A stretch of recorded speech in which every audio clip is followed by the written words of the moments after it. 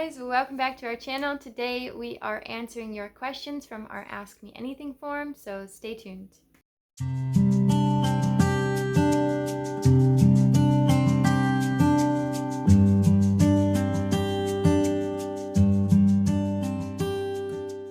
Alright guys, welcome back. Thank you so much for being here today. Today, if you don't already know, what we're doing is we are answering a question from our Ask Me Anything form. So this form is something that we have created where you can go in and ask us any question that you have, anything that's coming up for you right now on your twin flame journey. And by asking that question, it's giving us content that we can create here, and then also share this content with other people who may also be struggling with the same thing. So the beautiful thing about this form and about this opportunity is that it is literally serving all of us. It is serving you because you are getting your question answered. It is serving us because we have beautiful content to share with you, and it is serving our viewers who may also be struggling with the same things. So if you'd like to ask us a question, check the links down below. You can find the form there. If you hear any residual noise going on in the background, there is a windstorm that we are dealing with right now, so any rustling or movement that you might be hearing could be because of that, or dogs. So today we have a beautiful question by Rose, spelled R-O-Z-E. And Rose is asking, "Hi love, I would really appreciate your insight on this. Could you please explain what a divine feminine man is truly like? I'm curious to understand his core traits, how divine feminine energy expresses through him, and what kind of challenges he might face, both internally and in a world around him. I also wonder how his energy affects the twin flame connection, especially if he's the one running in the relationship. Thank you so much for your light and wisdom." Thank you so much for your courage to asking your question and for providing us such a beautiful question to answer. So what I first want to start off by saying that I'm realizing now is, one, this video is not about us. So we're going to just briefly talk about our beliefs and then answer this question to the best of our ability. So typically James and I do not subscribe to the divine feminine, divine masculine ideologies, just because of simply the way that we are in nature and also the way that our story kind of played out. That being said, I do think the divine masculine, divine feminine perspectives are valuable on the twin flame journey. And so I'm, realizing that as I'm speaking it and as I'm reading this question, that is a very real experience for many people.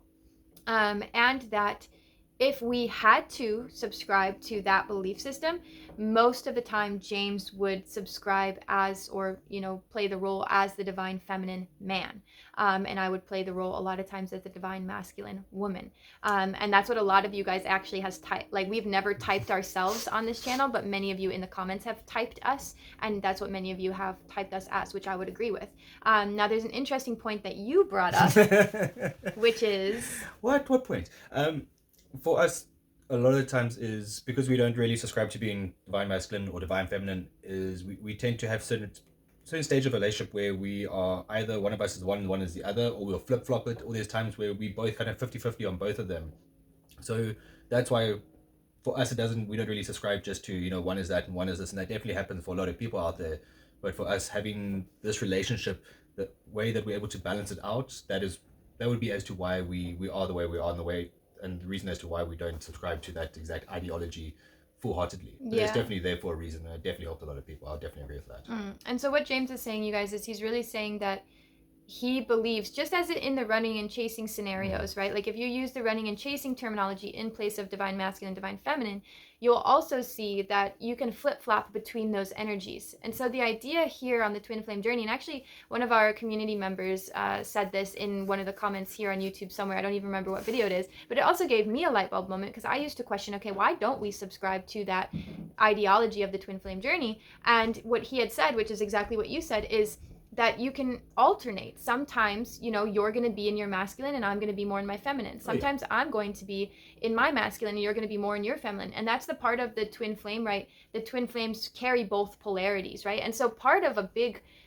journey for twin flames in separation is balancing those energies, right? And so when one twin flame is really far on the feminine side and the other is really far on the masculine side, a lot of the work that they do is in balancing so that they can come to unity within themselves. And that's actually a signifier of when maybe twin flame union is going to come to physical fruition for you, is because of the fact that when you have those energies balanced, you can choose them at your disposal, right? Like, you can look at divine feminine and divine masculine energies more so as like your default program, right? So James defaults to his divine feminine, I default to my divine masculine, but we have done enough work that we're balanced enough that we can reach into either one when we need to use those tools at our disposal.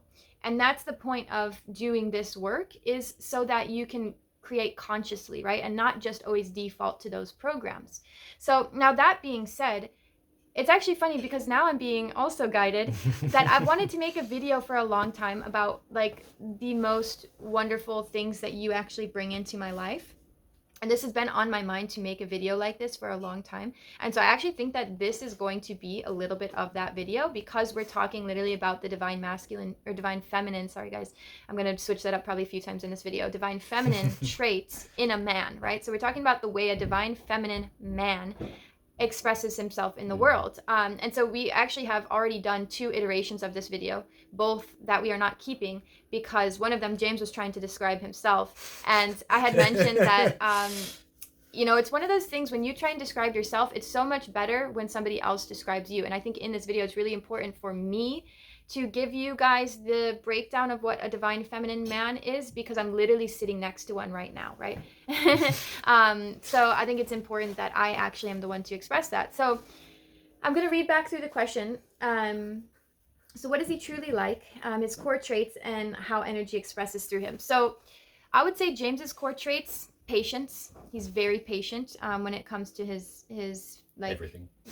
Your type of masculinity, the way that you interact with the world is through a lot of like grace and patience. Like you're a very intuitive person, so a divine feminine man is going to be deeply intuitive. That doesn't mean that he's like necessarily like soft, although he is in touch with his emotions.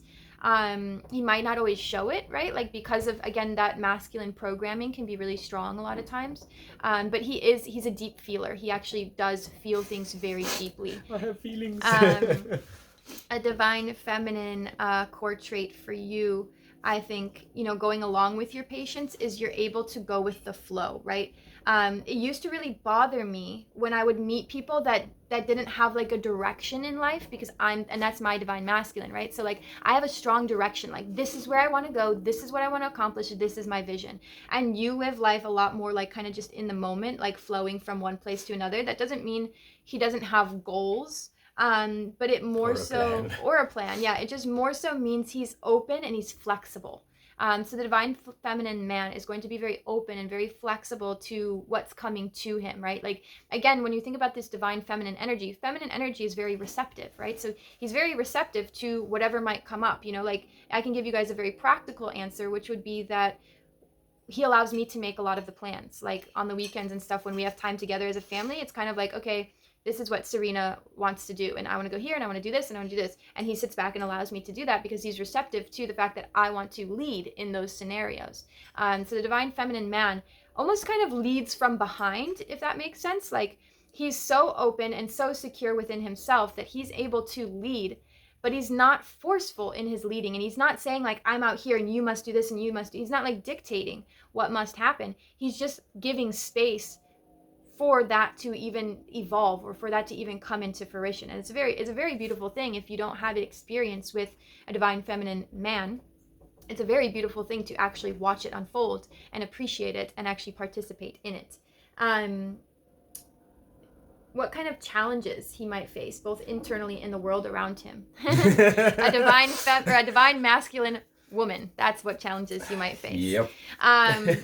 So in all reality, I think a lot of times the challenges really are only going to be the challenges the divine feminine man are going to face the most are going to be those of the societal world, if that makes sense. So it's going to be the way society perceives him, because he's not going to fit into the normal masculine role, if that makes sense. Like, this is going to be a man that will challenge some of the masculine status quo that we know as a society, you know. So man must be strong, and they must be tough, and they must, you know, like do all of these things.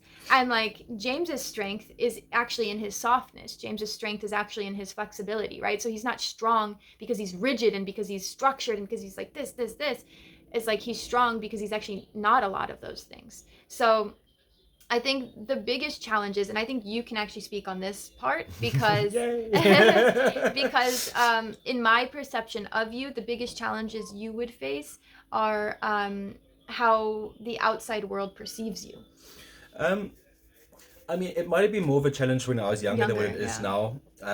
In today's day and age, or at least where I am in my life at the moment, I don't really care too much what people think or how they perceive me as much as I used to. I used to obviously be like, people don't like me for certain reasons and this and that. Now I'm like, I actually really just don't care. I'm going to be myself, and if people don't like me, then that's their baby, not mine. Um, so yeah, I mean, it definitely is one of the bigger challenges, the way other people perceive you. I mean, that's kind of the case no matter who you are. I think that's something that we all struggle with. I think it's definitely more, like you're saying, on the feminine side. Um, yeah, there's a lot of challenges, but it really comes down to once you can kind of be comfortable within yourself, kind of everything else kind of falls away. What is one of the main challenges you experience right now in the way that you are, or the things that are coming up in your life? Um, Probably sometimes being more sturdy within myself more than anything else when it comes to certain things, especially like within my own business as well. Sometimes I would know what the right thing is, but might not necessarily step into it directly, which is something obviously I'm working on. Um, Continuously. We're going to stop working on that. But I think that's probably one of the areas that can sometimes be difficult. Is you know, I don't want to say not trusting yourself, but almost not trusting yourself fully, even though you actually know. You kind of tend to hold back a little bit. Mm, interesting. Very interesting. Um, okay, so I'm just continuing to read you guys this question back. So I also wonder how his energy affects the twin flame connection, especially if he's the one running from this relationship. Oh, that's a good point. So generally speaking, from my understanding of the twin flame labels and ideologies, the twin flame divine feminine is not going to be the one running, which is very interesting at the end of this question that we say, like, oh, if my divine feminine is running. So I'm not going to say it's not possible because I'm not the end all be all of the twin flame information, right? There's a lot of experiences and infinite combinations of how things can play out here. So I'm not going to say that that's not possible. I'm just going to say I don't have experience um, with divine feminine man running. Like the closest I would say to you in that space would be avoidant attachment style, if that makes sense. So if you guys can comment on this and you guys have insights on this and you've experienced this, let us know in the comments, because I'd be really interested to see if there's been other people experiencing this or if it really truly is only the divine masculine that runs, because I subscribed more to the divine masculine side during separation, and then I was the one running.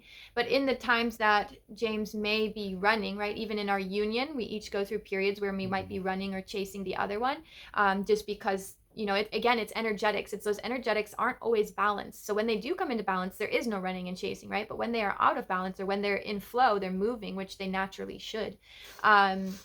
There is that kind of running, chasing. Somebody's putting in energy, somebody's taking energy, and that's just the nature of relationships, because there's two people, there's multiple energy running in multiple directions.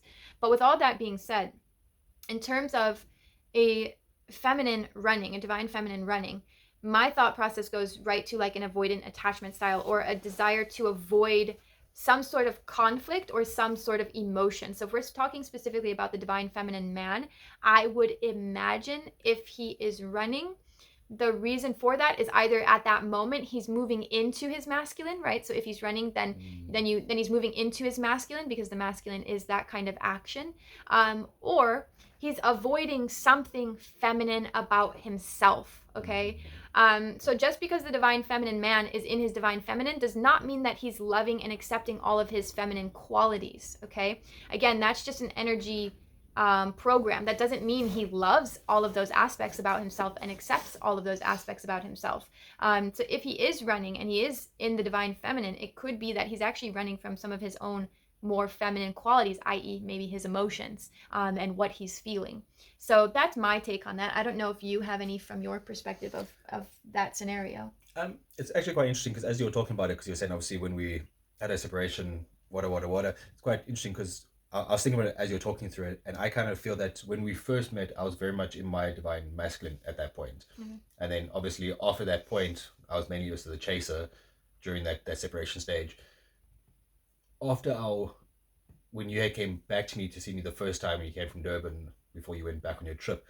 After that, I think that's my turning point when I actually went back towards maybe more the divine feminine, Yeah, I would agree with that. because at that point, obviously, I started turning inwards more towards it, because obviously there's a whole new branch that had opened up, which of course is this sitting right next to me. Yeah. So I mean, there's also a really good example. Like, I was completely my divine masculine, going through all of that, and then after our initial union, and when we actually got to know each other, wanted to like see where things are going, that's when it changed over, which I think is quite interesting. I was just thinking through it as you're talking about that, and how I actually did have that integration period that worked out perfectly, and actually shows how we tend to kind of flip flop. Because I think when we first met, you were definitely a lot more in your divine feminine than you were in your divine masculine. Yes, and I wouldn't even say I was in my divine feminine. I would say I was in my wounded feminine. Well, yeah, that's probably more accurate.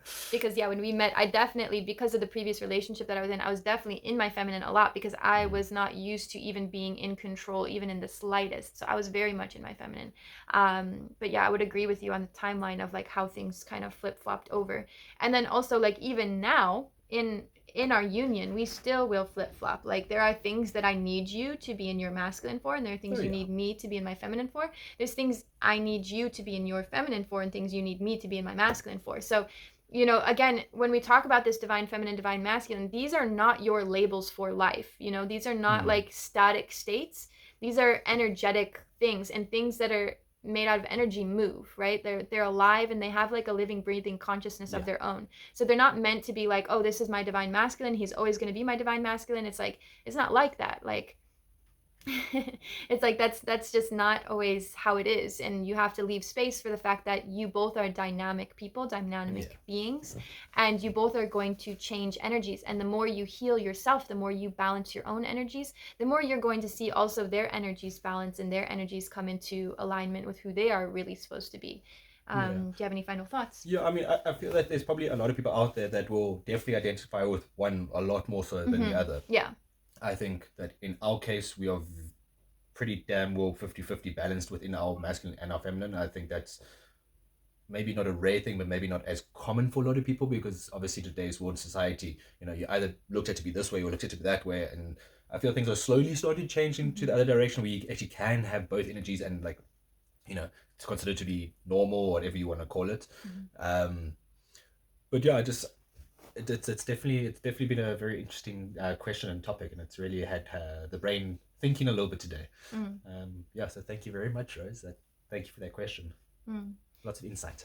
Thank you very much, and we will see you guys in the next video. If you need more support, you know where to go. Check the links, and we will see you soon. Thank you so much for being here today. Bye.